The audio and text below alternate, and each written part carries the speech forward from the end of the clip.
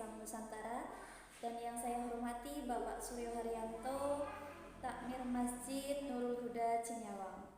Berikut wawancara kami dengan tema Islam Nusantara dengan beliau Bapak Suryo Haryanto. Assalamualaikum warahmatullahi wabarakatuh. Waalaikumsalam warahmatullahi wabarakatuh. Bapak, perkenalkan saya Titin Faria, mahasiswi dari STAIS Prodi Bios semester 2. Saya mau mewawancarai Bapak terkait tugas dari Bapak dosen, yaitu dengan tema Islam Nusantara. Terima kasih perkenalannya. Saya juga perkenalkan, saya Muhammad Suryo Haryanto, takmir di Masjid Nurul Huda Desa Cinyawang. Untuk melanjutkan pertanyaan yang pertama, bagaimana pandangan Bapak terhadap Islam Nusantara? Islam Nusantara menurut pemahaman yang saya tahu bahwa Indonesia ini adalah merupakan satu kepulauan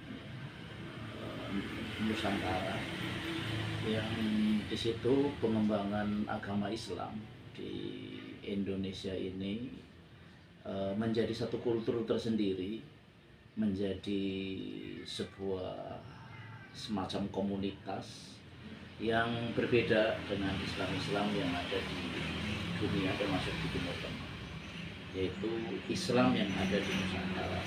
Jadi, secara spesifik Islam Nusantara adalah Islam yang berkembang di Nusantara, yaitu di Republik Indonesia. Keadaanlah yang membentuk sehingga Islam itu menjadi Islam Nusantara, yaitu agama yang berkembang di kepulauan-kepulauan yang ada di Indonesia.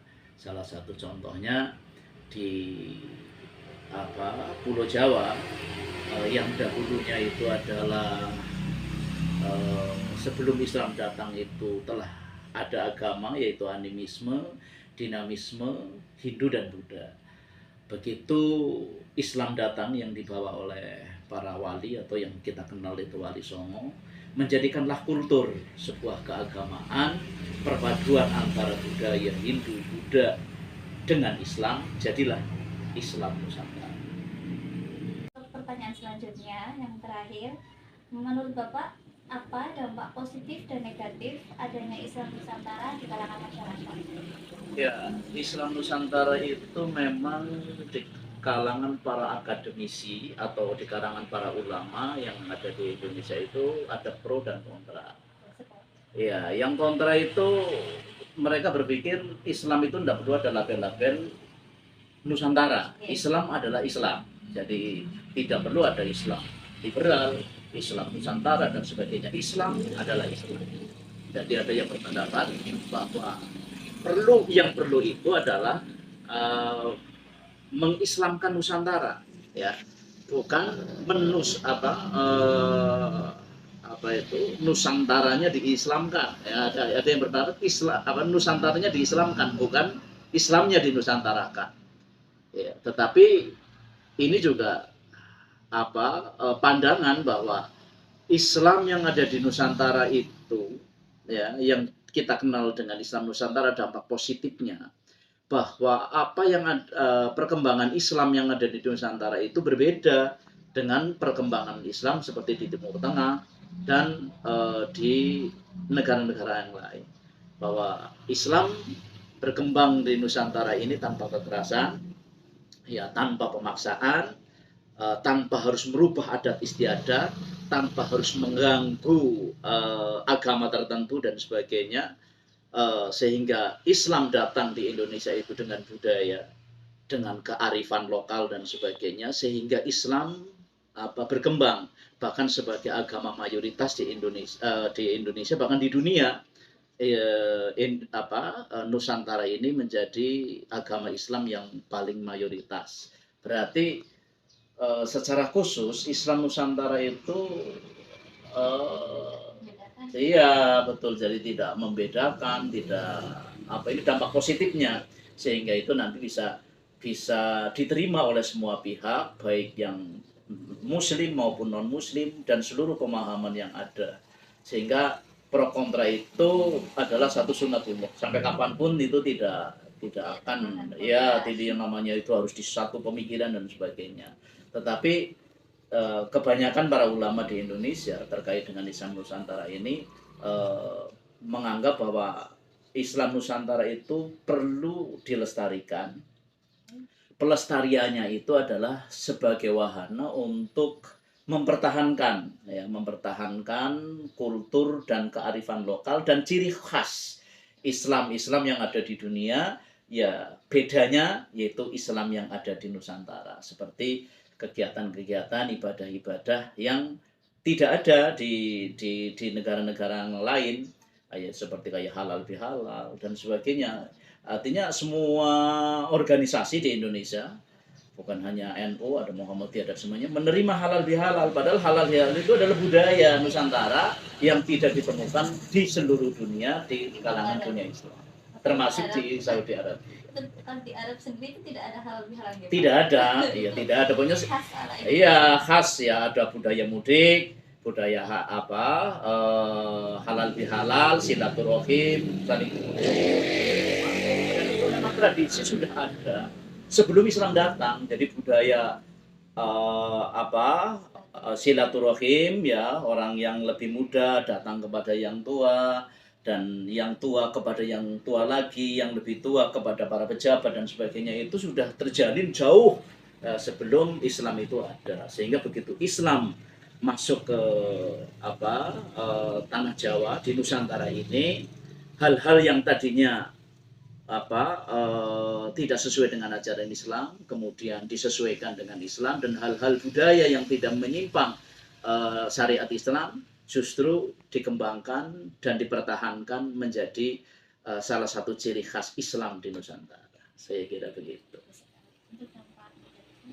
Untuk dampak negatifnya, apabila kita memang salah pemahaman ya terhadap ide Nusantara ini bisa menjadi satu firqah ya, atau satu kelompok tersendiri yang mengkultuskan bahwa Islam yang terbaik ini, Islam yang paling bagus, dan Islam yang bisa masuk surga itu ya Islam Nusantara. Selain daripada Islam Nusantara, neraka. Ini yang dampak berbahaya ketika kita sudah mengkultuskan dan menjadi asobiyah.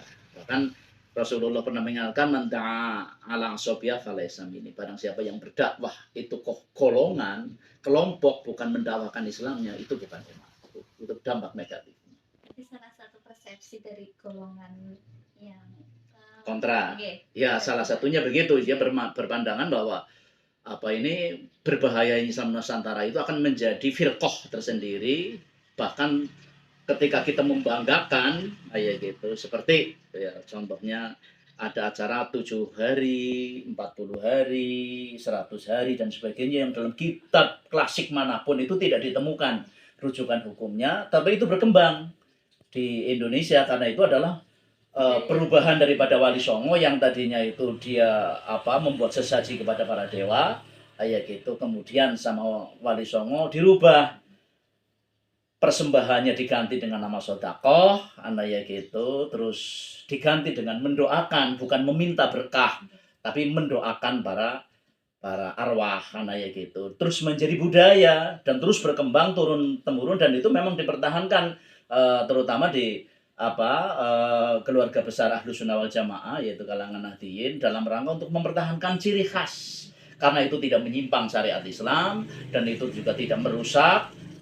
Sehingga itu kalau dipertahankan tidak ada salahnya, gitu, walaupun itu tidak, ketika kita itu lewat 7 hari tidak membuat selamatan atau 40 hari itu tidak berdosa, gitu. Tapi ketika itu dijalankan itu pun tidak salah juga dan tidak ada kemusyrikan, bermanfaat, dan itu kemaslahatannya itu bisa diterima bukan hanya di kalangan Islam saja, termasuk kalau orang-orang yang katakanlah disebut abangan, ya, mereka itu kelompok animis, tidak terlalu dekat dengan agama, tapi lebih cenderung dibanding dengan Hindu dan Buddha, mereka lebih cenderung ke Islam ala Ahlus Sunnah wal Jamaah.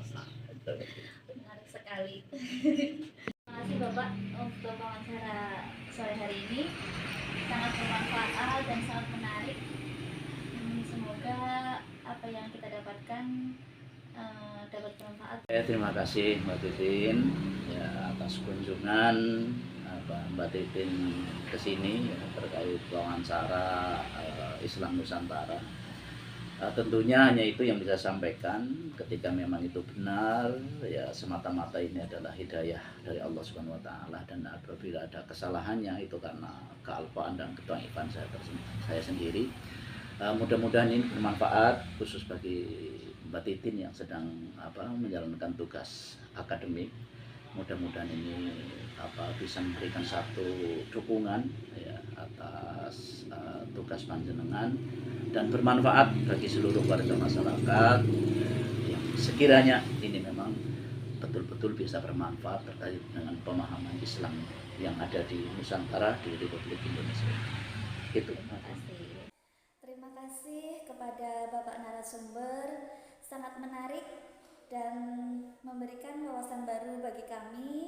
Semoga bermanfaat.